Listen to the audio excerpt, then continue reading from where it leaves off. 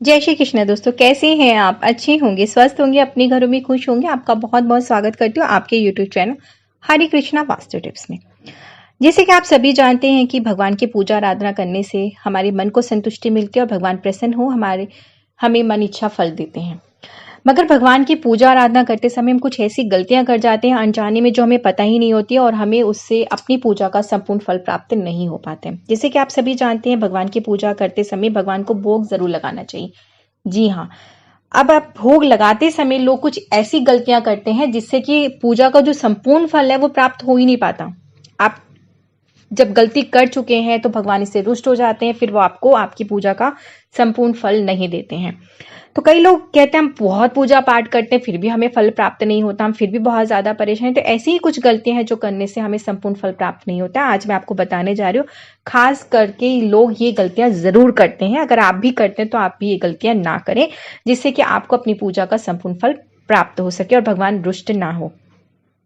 जैसे कि आप सभी जानते हैं, देवी देवताओं का भोग लगाने का सही तरीका क्या है। नहीं जानते तो चलिए हम आज इसी पे चर्चा करते हैं और सही तरीका जान जाते हैं, जिससे कि हमें अपनी पूजा का संपूर्ण फल प्राप्त हो।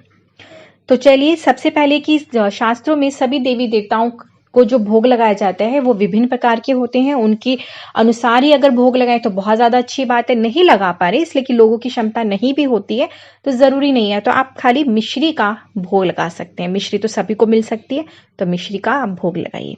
कई लोग अपने हाथों से बनी हुई चीजों का भी भोग लगाते हैं। घर में जो खाना बना होता है उसका भी भोग लगाते हैं। तो बस ध्यान रखें, अगर आप घर के बने हुए खाने का भोग लगा रहे तो वो साफ सुथरा बना होना चाहिए। दूसरा, उसमें लहसुन प्याज नहीं होना चाहिए। सात्विक भोजन हो, उसी भोजन का आप भगवान को भोग लगाएं। अब बात करते हैं कि किस पात्र में भोग दिया जाए भगवान को। तो जो पात्र हो मिट्टी का हो, ठीक है, तांबे का हो, पीतल का हो, चांदी का हो या फिर सोने का।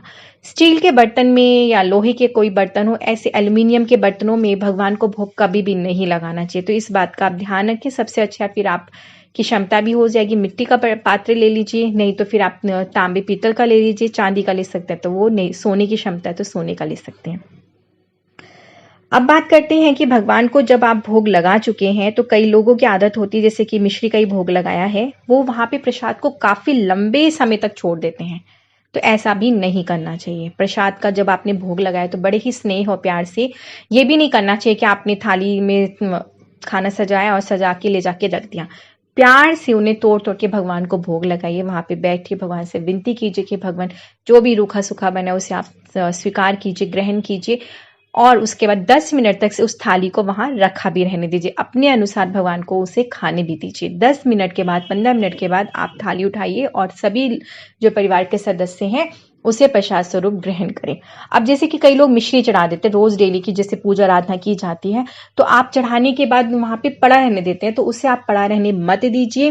काफी लंबे समय तक आप उसे उठा लीजिए और फिर उसे ग्रहण कर लीजिए प्रसाद स्वरूप।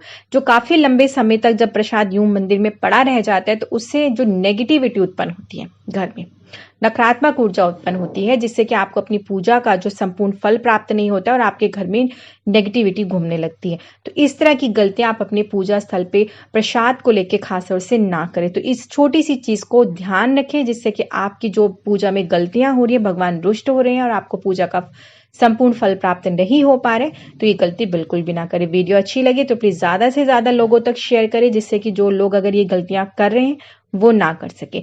सबको संपूर्ण पूजा का फल प्राप्त हो, उनके जीवन में खुशियां हो, खुशहाली हो, सुख समृद्धि हो। अब मुझे आज्ञा दीजिए, फिर आऊंगी इसी तरह की छोटी छोटी सी जानकारी के साथ में। जय श्री कृष्ण।